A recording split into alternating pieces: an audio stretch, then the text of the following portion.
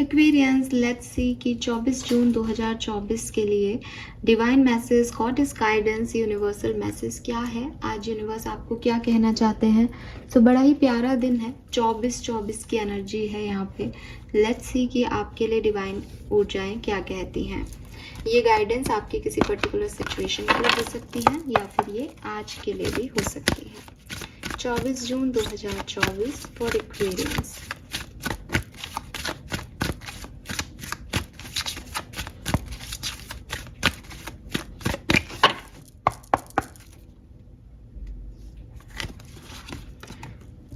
Okay, you are ready for more. Number 4. It's time to play number 17. Very nice. And lastly we have the way forward is open, number 32. और bottom energy है यहाँ पे stay the course, number 29. So 24 जून 2024 के लिए जो divine colour मुझे आज के दिन दिखता है that is sky blue. एकदम हल्का नीला कलर है यहाँ पे। नंबर्स मुझे दिखाई देते हैं नंबर 3, नंबर 5, नंबर 8। ठीक है, नंबर 3, नंबर 5, नंबर 8। आपके कार्ड्स में जो नंबर हैं वो है number 4, number 17, number 32 and number 29 और 11 या 1। तो ये भी सिग्निफिकेंट हो सकते हैं। बड़े ही प्यारे सुंदर अच्छे मैसेजेस हैं। पहला मैसेज तो आपके लिए ये है कि अगर आप बहुत ज़्यादा चिंता कर रहे हो तो प्लीज़ उस चिंता को छोड़ दीजिए। यूनिवर्स जानते हैं कि आपने एक बहुत टफ टाइम देखा है और अब आप उस टफ टाइम को से निकल करके इतने ज़्यादा ऐसी एनर्जी में चले गए हो, एक स्ट्रेस में चले गए हो कि आपकी लाइफ में अगर कुछ खूबसूरत भी है, कुछ चेरिश करने जैसा भी है, कुछ फन करने जैसा भी है, तो आपका उसमें मन नहीं लग रहा। पहले आपको ये सब अच्छा लगता था, आप इसमें पार्टिसिपेट करते थे, लेकिन अब आप एकदम ऐसे हो गए हो कि नहीं, अगर मैं ऐसा खुश रहूँगा तो लोगों को लगेगा कि मेरी लाइफ में कोई प्रॉब्लम ही नहीं है। ये भी बड़ी समस्या है कि लोगों को ये भी दिखाना होता है कि हम दुखी हैं। तो अगर आप ऐसी सिचुएशन में हो तो ऐसा कुछ भी नहीं है। आप लाइफ को एंजॉय करें, जो हो गया वो हो गया। ज़रूरी नहीं है कि वो आपको एक लंबे समय तक असर करे। अगर आपको वो असर कर रहा है तो उससे निकलने की कोशिश करें, और अगर आप सिर्फ सोच रहे हैं कि सोसाइटी क्या कहेगी, मुझे इसमें असर दिखाना चाहिए मुझे, तो ऐसा कुछ भी नहीं है।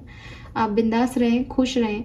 यूनिवर्स आपको यही कह रहे हैं कि ज़बरदस्ती अपनी ज़िंदगी को स्ट्रेस में उलझा के मत रखो। अगर कुछ ऐसा चल भी रहा है कि स्ट्रेसफुल है तो कोशिश करो कि जो छोटी छोटी खुशियाँ आपकी ज़िंदगी में यूनिवर्स दे रहा है उन्हें एंजॉय कर सको, ये सोच के ही कि ये खुशियाँ मुझे यूनिवर्स ने दी हैं।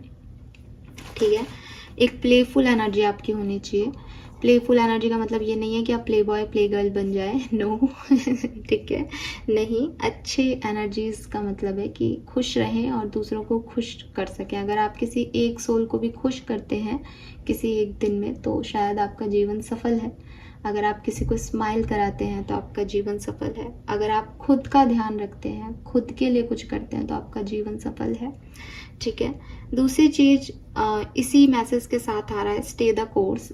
वो कह रहा है कि यूनिवर्स कहीं ना कहीं देख रहे हैं कि एक साइकिल टफ चल रहा है। मतलब ये कहना कि आप खुश रहो, मैं तुम्हें ये छोटी सी खुशी दे रहा हूँ, चलो इसमें एंजॉय करो, वो शायद कठिन हो रहा है। सॉरी, क्योंकि एक पैनिक सिचुएशन से आप निकल रहे हो। बट यूनिवर्स कह रहे हैं कि डोंट वरी, ये सिचुएशन पैनिक है, लेकिन जब इसको छोड़ो मत, या इससे निकलने की कोशिश करो, क्योंकि जो आउटकम है वो बड़े सुंदर है। तुम अगर अभी इस बस से उतर जाओगे, ट्रेन से उतर जाओगे, क्योंकि तुमको लग रहा है कि बहुत जर्क आ रहे हैं, सड़क नहीं बनी हुई है, परेशानी हो रही है, उथल पुथल हो रही है, सब कुछ डगमगा रहा है आंखों के सामने से, सब हिलडुल चल रही है, पता नहीं जिंदा पहुंच भी पाएंगे मंजिल तक या नहीं। तो यूनिवर्स कह रहे हैं कोई बात नहीं, इस हिलडुल में भी एक प्लेफुल एनर्जी है। सब लोग हंस रहे हैं कि अरे यार ये क्या चल रहा है ज़िंदगी में, इतनी उठा पटक, इतना बुरा, तो हंसो उसके साथ। ठीक है, उसको एंजॉय करो, अपनी परेशानियों पे भी हंसो कि क्या, मतलब कई बार ऐसे नहीं बोलता है कॉमेडी उसमें कि यार ऐसा क्या कर दिया अपन ने किसी का जो इतना बुरा हो रहा है। ऐसे क्या राक्षस ही बनाया था क्या पिछले जन्म में भगवान ने। तो ये सब हंसने की बात है ना। तो बैठो किसी के साथ और बोलो जो बोलना है, जो जो फील कर रहे हो वो बोलो, उसको एक तंज में, कटाक्ष में बोलो कि हंसी सामने वाले के भी चेहरे पे आए और आपके भी चेहरे पे आए। जैसे कहते हैं ना कि एक जोक है ना कि जैसे कोई शादी नहीं हो रही है या शादी के लिए अच्छा रिश्ता नहीं मिल रहा है, तो बोलते भाई मेरा वाला कहीं लड़के बोलते हैं ऐसा कि मेरे वाला जो है उसको लड़की है इसलिए यूट्रस में ही तो नहीं ख़त्म कर दिया उसके पेरेंट्स ने कि वो पैदा ही नहीं हुई और मैं उसका इंतज़ार कर रहा हूँ। सो वही चीज़ है कि ज़िंदगी है, टफ है, परेशानियाँ हैं। आई नो आप में से कुछ लोगों को मेरे पे गुस्सा आ रहा होगा, पर ये मैं नहीं बोल रही, यूनिवर्स ही कह रहे हैं आपको कि चीज़ों को एक लाइटर वे में देखने लग जाओ, क्योंकि टफ तो ज़िंदगी चल रही है। अब उसको बिल्कुल हार्डशिप में ही आप देखोगे तो परेशान हो जाओगे, क्योंकि वो स्ट्रगल आपके लिए पैनिक हो रहे हैं। लेकिन आने वाला आउटकम बहुत अच्छा है। इस एक्सपीरियंस को आप लर्न करो इस एक्सपीरियंस से, लेकिन कीप गोइंग, चलते रहो, क्योंकि मंजिल सुंदर है और आपको जानते हो कि आपको मंजिल मिलेगी। ठीक है, सो हार मत मानो। देन यहाँ पे है you are ready for more. तो आप में से कुछ एक्वेरियस को ये भी कहा जा रहा है कि आप शायद कुछ छोटा मांग रहे हो, आपके काम इसलिए पूरे नहीं हो रहे क्योंकि आप बहुत छोटी चीज़ों पे सोच रहे हो कि ये मिल जाए। आप जैसे आपके काम इसलिए नहीं हो रहे क्योंकि आप एक सोचो कि यार अब हमको इतने टाइम में ये काम तो हो नहीं रहा, मेरा बिजनेस तो हो नहीं रहा, 10-15 हज़ार की नौकरी मिल जाए। अरे भाई, यूनिवर्स ने आपको 10 लाख कमाने वाले में बनाया है, आप क्यों 10,000 की नौकरी करना चाह रहे हो? तो यूनिवर्स आपको, जब आप 10,000 की नौकरी करने के बारे में सोचोगे तो आपको परेशान करेंगे ही ना वो, कि निकलो यहाँ से, यहाँ इस ऑफिस में तुम्हारा काम ही नहीं है, ये तुम्हारे लिए बनाई नहीं गई है, तुम्हें बिजनेस करना है, निकलो काम करो। तो वो कैसे आपको निकालेंगे? आकर के हाथ पकड़ के तो नहीं खींच सकते। तो आपके जो काम नहीं बन रहे उस पर ये भी फोकस करो कि कहीं ऐसा तो नहीं है कि आप अपने वर्ड से कुछ छोटा डिमांड कर रहे हो या वर्ड से कुछ छोटा सोच रहे हो। जैसे आपको पता है कि you are deserving a perfect partner, ठीक है, लेकिन अब आपको वो परफेक्ट पार्टनर नहीं मिला है और किसी ऐरे गहरे नथु गहरे ने आपको कहा कि मुझसे शादी कर लो, और आपको लग रहा है यार चलो इससे ही कर लेते हैं, अपन को तो मिल नहीं रहा, कोई कह रहा है ये खुश रखेगा तो इससे ही कर लो। तो यूनिवर्स तो आपको परेशान करेंगे ना कि क्या पागल तो नहीं हो गई हो, तुमको दिखाई दे रहा है सामने वाला कौन है, उससे शादी कर लोगी, कोई आएगा उससे शादी कर लोगी। तो वो आपको परेशान करेंगे बार बार, आपको ये बताने के लिए कि आप इसको डिज़र्व नहीं करते हो, आप कुछ बड़ा डिज़र्व करते हो। तो यहाँ पे क्लियर कट मैसेज है एक्वेरियस आपके लिए कि अगर आप किसी कम चीज़ में अपने आप को इन्वॉल्व कर रहे हो या अपने आप को वर्थी उस चीज़ का मान रहे हो, तो यूनिवर्स कह रहे हैं कि आप इससे ज़्यादा के वर्थी हो। And the way forward is open. Universe ये भी कह रहे हैं कि आपको ऐसा लग सकता है कि आप ट्रैप्ड हो, चीज़ें आगे नहीं बढ़ रही हैं, कोई पॉसिबिलिटीज़ नज़र नहीं आ रही, कोई अपॉर्चुनिटीज़ नज़र नहीं आ रही, लेकिन जैसा कि मैंने कहा कि जो आपकी प्रॉब्लम्स हैं वही आपके सॉल्यूशन हैं। जहाँ आपको रोका जा रहा है, जहाँ आपको एक बम्पी स्टार्ट दिया जा रहा है, जहाँ आपको पेन दिया जा रहा है, वही आपकी लर्निंग है, वहीं से आपके चैप्टर्स जो हैं वो आगे बढ़ने की कहानी शुरू होगी। क्योंकि अगर आप ये देखो कि अगर कोई एक नॉर्मल इंसान है, वो पैदा होता है, अच्छे से रहता, खाता पीता है, बिगड़ा हुआ रहता है, बिगड़ता है थोड़ा सा, फिर सुधरता है, फिर शादी करता है, फिर बच्चे पैदा करता है, फिर बूढ़ा होता है और चला जाता है, ये कहानी। और एक ये कहानी कि साहब आप पैदा हुए, आपकी लाइफ में कुछ भी नहीं है, पैसा नहीं है, आप बड़ी मुश्किल से उस पैसे को इकट्ठा करते हो, कमाते हो, फिर एक घर लेते हो, फिर आप शादी के लिए एक स्ट्रगल करते हो कि गलत चॉइसेस हो गई, ये सही हो गया, ये गलत हो गया, सही गलत के बीच में अंतर समझते हो, फिर आपको एक लाइफ पार्टनर मिलता है तो आप उसकी वैल्यू कर पाते हो। पैसे की भी वैल्यू करी आपने, क्योंकि वो आपने मेहनत से कमाया। लाइफ पार्टनर को भी आपने जैसे जीत के लाए हो ना, जैसे स्वयंवर होता था, ऐसे आसानी से नहीं कि माँ बाप ने कहा और शादी कर ली, कुछ डिफरेंट। तो हर व्यक्ति की किस्मत अलग हो तरीके से लिखी गई है, लेकिन वो जो किस्मत है वो आपकी लर्निंग है, वो आपका एक्सपीरियंस है, वो आपको एक एक्स्ट्रा ऑर्डिनरी लाइफ दे रही है कि आप उन सब चंद आत्माओं में और सोल में नहीं आते जो एक पिंड से निकल गई और जी करके चली जाएंगी। आपको कुछ एक्स्ट्रा ऑर्डिनरी लाइफ दी गई है। आपकी कहानी साइड हीरो या साइड हीरोइन की नहीं, आप हीरो हैं, आप मेन लीड में हैं। आपकी कहानी इसलिए पढ़ी जा रही है क्योंकि आपने स्ट्रगल देखा है। तो अपने स्ट्रगल से भागो मत, ठीक है, ये जो स्ट्रगल्स हैं ये आपकी बाउंड्रीज नहीं है, ये आपको ट्रैप नहीं कर रहे, ये आपको सिखा रहे हैं, ये आपको एक्सपीरियंस दे रहे हैं नई पॉसिबिलिटीज़ तक पहुंचने का। तो हर जो चीज़ बुरी दिख रही है वो बुरी है नहीं, इस चीज़ को आप खास करके ध्यान रखें। आज की पूरी कहानी, आपकी जो पूरी रीडिंग जा रही है वो इसी डायरेक्शन में जा रही है कि आपको कम में सेटल नहीं होना है, आपको जो भी नेगेटिविटी दिख रही है उसमें भी खुश होने की कोशिश करनी है, आपको कोर्स में बना रहना है, चाहे कि आप कितने ही यहाँ पे परेशान हो रहे हो। और अगर आप कोर्स में बने रहोगे तो ये जो ट्रैप्ड आपको लग रहा है कि मेरे साथ गलत हो रहा है, मुझे यहाँ बांध दिया है, मुझे ट्रैप कर दिया है, इस सिचुएशन में स्टक हो गया हूँ, ये आपके लिए एक्चुअली फ्रीडम है। यहाँ से आपकी पर्सनल ग्रोथ और स्पिरिचुअल ग्रोथ होगी। ठीक है, एक बड़ी सुंदर सी कहानी है, वो आपको बताती हूँ, शायद अपनी इन बातों को आपको उस कहानी के जरिए समझा सकूँ कि लाइफ के प्लान जो होते हैं वो हमारे प्लान से ज़्यादा बढ़िया होते हैं। क्योंकि आपकी रीडिंग ही चारों कार्ड्स मुझे सेम डायरेक्शन दे रहे हैं, तो ये प्लीज़ सुन के जाइएगा आप यहाँ से। यूनिवर्स हमारे लिए जो करते हैं ना वो बेहतर करते हैं। भगवान हमारे लिए जो सोच के हमारी डेस्टिनी हमें दी है वो काफ़ी बेहतर दी है। अगर आप ये सोचें बिना कि मैं क्या चाहता हूँ और ये सोच करके काम करेंगे कि वो क्या चाहते हैं, उन्होंने भी तो मेरे लिए कुछ लिखा होगा, उन्होंने भी तो मेरे लिए कुछ सोचा होगा, तो आप एक बेहतर लाइफ जीते हैं। और कभी कभी हम हमारी ज़िंदगी में अपनी डेस्टिनी को ऐवी चैलेंज कर लेते हैं, घूम जाते हैं कहानियों में, सिर्फ इसलिए कि हमें तो यूनिवर्स ने एक एक्स्ट्रॉर्डनरी डेस्टिनी दी है, लेकिन हम एक ऑर्डिनरी डेस्टिनी जीना चाह रहे हैं। तो हमें ऑर्डिनरी होने की ज़रूरत नहीं है। अगर आप एक्स्ट्रॉर्डनरी हैं तो उसको ग्रैटिट्यूड शो करें और उसे जिए। ठीक है, सो कहानी कुछ ऐसे है कि एक पर्सन जो है वो एक पशु जो चराता है, वो व्यक्ति जो है वो पर्वतों पे जाता है अपने पशुओं को चराने के लिए। तो अपनी बीवी से कहता है कि मुझे तुमने कल दही निकाला था ना, मक्खन निकाला था, वो दे दो एक हांडी में रख के। तो उसकी बीवी कहती है कि मक्खन का क्या करोगे, वहाँ पे पशु चराने जा रहे हो तो घर आके खाना खाना।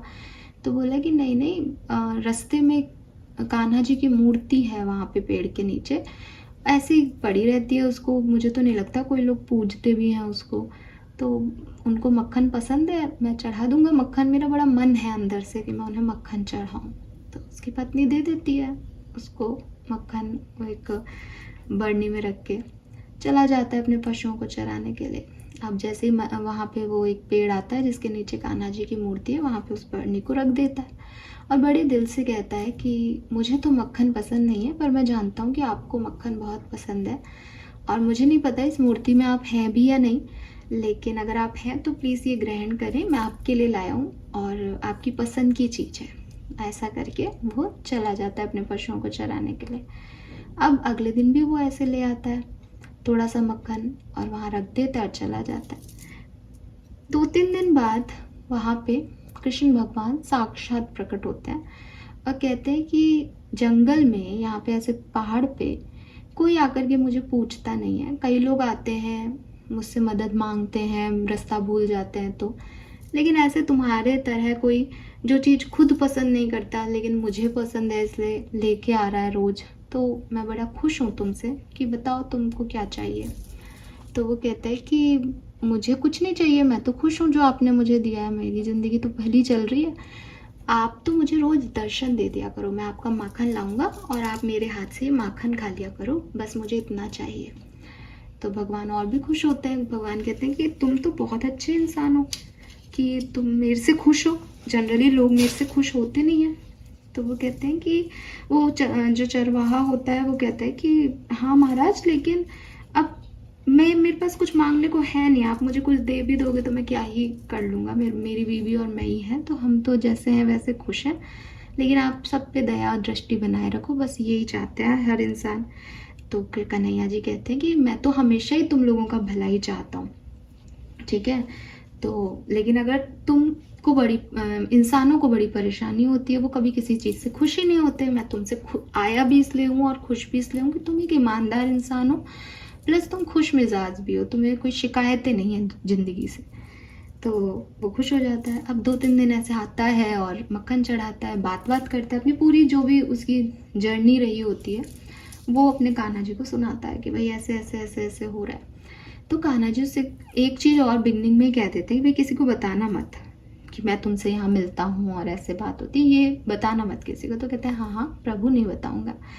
एक दिन बात चल रही होती है उन लोगों में, तो वो कहते हैं कि आप थकते नहीं हो। चरवाहा कहता है भगवान से कि आप थकते नहीं हो, ऐसे खड़े रहते हो यहाँ पे, तो और फिर आप कुछ करते भी नहीं हो लोगों के लिए, लोग आते हैं तो कहते हैं कि कमाल है, मैं खड़ा रहूं तो भी तुम्हें प्रॉब्लम है, मैं कुछ ना बोलूं तो भी तुम्हें प्रॉब्लम है, इंसान कभी खुश नहीं होते।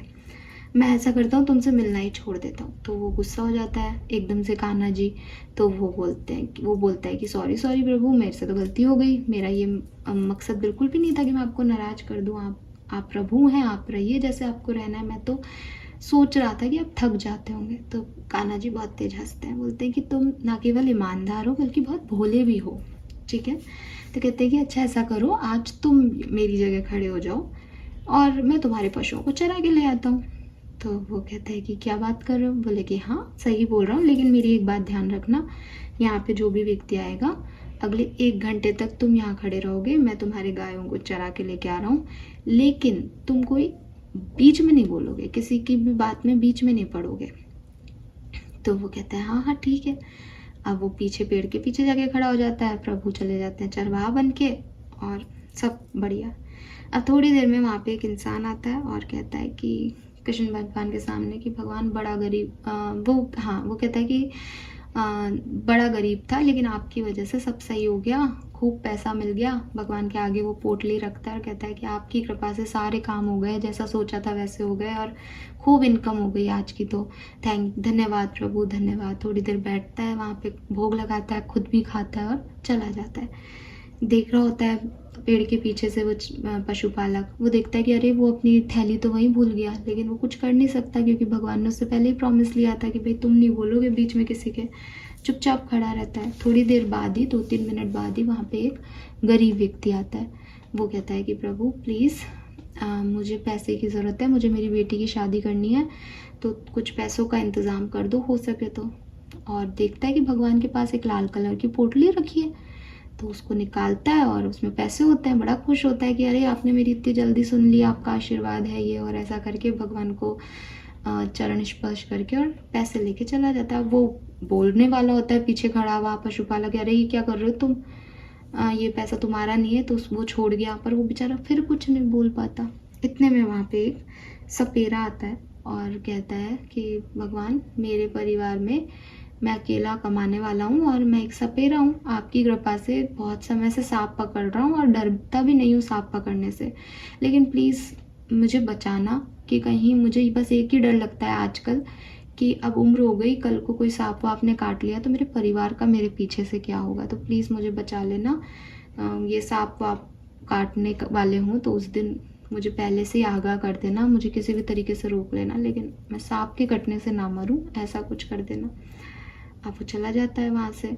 जैसे ही जा रहा होता है वैसे ही वो व्यापारी वापस आ जाता है पहले वाला, और वो पुलिस लेके आया होता है। कहता है कि पैसा कहाँ है, वो पोटली कहाँ है, मैं अभी अभी गया था यहाँ से, मुश्किल से आधा घंटा हुआ है, दे, तू ही आया है, यहाँ पे तो ज़्यादा लोग आते भी नहीं है, पैसा दे। अब वो बेचारा कहता है मेरे पास कोई पैसा नहीं है, मैं तो बस भगवान से प्रार्थना करने आया था और निकल रहा हूँ यहाँ से सांप पकड़ने के लिए। वो कहता है नहीं नहीं पैसा दे, यही है चोर, इसी ने लिए हैं, इसको ले चलो हवालात में, और ऐसे चिल्लाने लग जाता है। अब वो जो पेड़ के पीछे खड़ा होता है उससे रहा नहीं जाता, वो बाहर आता है, बोलता है कि नहीं नहीं इन्होंने आपका पैसा नहीं लिया, मैंने सब कुछ देखा है, मैं यहीं था, इन्होंने पैसा नहीं लिया, एक व्यक्ति आया था वो आपका पैसा लेके अभी अभी निकला है, जस्ट 5 मिनट पहले, अभी जल्दी जाओ, इस डायरेक्शन में गया है, मिल जाएगा। तो वो उसको पकड़ के रखते हैं हवालात, और वो हवालात के मतलब हवलदार, और वो वहाँ पे जा करके उसको ढूंढ के लाता है, वो मिल जाता है, उससे पैसा ले लिया जाता है और उसको जेल भेज देते हैं। और वो जो है वो व्यापारी खुश हो जाता है, उसका धन्यवाद कह के चला जाता है। वो वहाँ पे बैठा रहता है। अब कृष्ण भगवान आते हैं पशुओं को लेकर के कि जाओ भाई तुम। तो वो कहता है कि देखा मैंने सब सही कर दिया ना प्रभु। तो बोलते हैं कि क्या कर दिया, कि 3 जने आए थे, ऐसा ऐसा हुआ, और मैंने तो प्रभु बोलते, और मैंने क्या किया वो बता देते हैं उसको। तो कृष्ण भगवान बोलते हैं कि मैंने तुम्हें मना किया था ना कि बीच में मत पढ़ना। तो वो कहते हैं कि अरे प्रभु, लेकिन आप ये भी तो देखो कि मैंने एक निर्दोष को बचा लिया, नहीं वरना उसको जेल हो जाती। तो कान्हा जी कहते हैं कि तुम इंसान अपने आप को समझते क्या हो? तुम्हें ऐसा क्यों लगता है कि तुम बहुत बुद्धिमान प्राणी हो दुनिया के और सब कुछ तुम्हें ही पता है? तुमको क्या दिखता है? तुमको इस जंगल का 1 किलोमीटर से ज़्यादा का दायरा नहीं दिख रहा अपनी आंखों से, और तुम अपने आप को कुछ भी करने के लिए समझते हो कि हम कुछ भी कर सकते हैं, हम सही कर रहे हैं जो कर रहे हैं। और ऊपर से तुम्हारा ये अहंकार कि मैंने बचा लिया। तुम होते कौन हो बचाने करने वाले? तो वो एकदम से बोलता है, प्रभु नाराज मत होइए। बोलते कि देखो भाई, अब आज के बाद मैं तुम्हारे पास मिलने नहीं आऊँगा। मैं तुम्हें भोला समझता था, मैं तुम्हें ईमानदार समझता था, लेकिन तुमने तो मेरी ही सीमा में घुसने का प्रयास किया, जबकि मैं तुम्हें पहले ही चेतावनी दे के गया था कि इंटरफेयर मत करना। तो वो कहता है, लेकिन प्रभु आप मुझे क्यों नाराज हो रहे हो? मैंने तो अच्छा किया है। तो वो कहता है कि तुमने क्या अच्छा किया? तुम्हें कैसे लगता है कि तुमने कोई अच्छा किया है? कहते कि मैंने एक निर्दोष की जान बचा ली। तो वो कहता है कि उस निर्दोष की जान नहीं बचाई तुमने, वो निर्दोष अब मर चुका है। तो उसको दिव्य दृष्टि देके दिखाते हैं कि उसको सांप ने काट लिया। वो कहते हैं कि अगर इस निर्दोष को आज जेल हो जाती तो ये मेरे पास प्रार्थना करने आया था कि मेरी जान बचा लेना, मेरा परिवार अकेला रह जाएगा, लेकिन तुम्हारी वजह से आज ये मर गया और इसका परिवार अनाथ हो गया। तो वो कहता है कि अरे प्रभु, गलती हो गई मुझसे, लेकिन मैंने इस तरह से नहीं सोचा था। व्यापारी जो था वो इसको सजा दे रहा था और वहाँ पे वो व्यक्ति पैसा ले जाता। तो कहता है वो व्यक्ति पैसा ले जाता तो क्या हो जाता? आज उस व्यक्ति को जेल में जाना पड़ा, उस गरीब आदमी को जेल में जाना पड़ा सिर्फ तुम्हारी वजह से। वो अपनी बेटी की शादी के लिए पैसा ले जा रहा था, नेक काम के लिए पैसा ले जा रहा था। तो फिर ऐसा चुप हो जाता है कि सही कह रहे हैं प्रभु। फिर वो कहते हैं, लेकिन प्रभु मैंने व्यापारी के पैसे तो बचा लिए ना। तो प्रभु कहते हैं कि अगर इस व्यापारी के पैसे से इस व्यक्ति की बेटी की शादी होती तो इसे कन्यादान का धर्म मिलता, कर्म का फल मिलता, लेकिन तुमने इससे वो भी छीन लिया कि आगे इसकी बरकत को भी रोक दिया। तुमने किसी के लिए भी सही नहीं किया और तुम ये कह रहे हो कि बीच में इंटरफेयर भगवान को करना चाहिए। जो चीज़ें जैसे हो रही हैं वो वैसे सही लिखी गई हैं, तुम अपना दिमाग लगा के अपना इंटरफेरेंस देके उनको खराब कर लेते हो।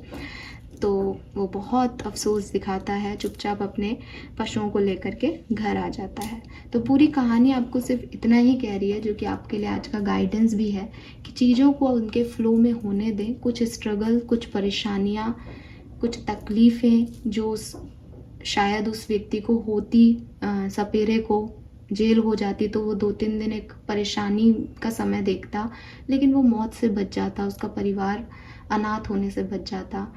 वो व्यापारी को कुछ नुकसान होता, लेकिन उसको एक पुण्य मिल जाता जिससे वो आगे खूब बरकत करता। जो गरीब आदमी था उसकी बेटी की शादी हो जाती, शायद वो भगवान पे और विश्वास करने लगता। तो चीज़ें अच्छे के लिए लिखी जाती हैं, लेकिन मनुष्य उनको वैसे देख नहीं पाता और फिर कुछ ना कुछ टेढ़े मेढ़े कदम करके और सब बिगाड़ लेता है। और अजीब बात यह है कि फिर भी यही सोचता है कि मैंने ये कर दिया, तो वो चीज़ें वैसे होनी लिखी होती हैं, इसलिए वैसे होती हैं, उनको वैसे होने देना चाहिए। तो ऐसे चीज़ों को जो है हैंडल करना चाहिए। ये कहानी भी हमें यही शिक्षा देती है और आपका गाइडेंस भी यही है। जैसी चीज़ें हैं उनको वैसे ही एंजॉय करें और खूब खुश रहें Aquarius. Fine, thank you so much reading को देखने के लिए। Bye bye.